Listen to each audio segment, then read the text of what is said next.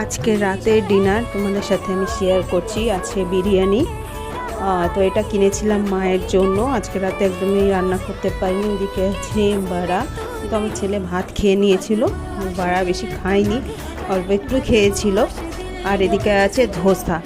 ধোসাটা দেখো তিনটে দিয়েছে, একটা নারকেলের চাটনি, একটা সাম্বার, আর একটা নর্মাল একটু ঝালঝাল টাইপের চাটনি।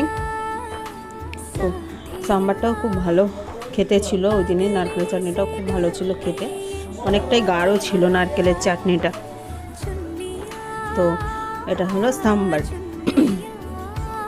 আর এখানে যেটা আছে সেটা ধোসা। দেখতে হচ্ছে ধোসাটা যদি ওখানে খেতাম অনেকটা ক্রাঞ্চি থাকতো, বাট যেহেতু আমরা ঘরে নিয়েছিলাম পার্সেল করে, এই কারণে ধোসাটা একটু নেতিয়ে গেছিলো।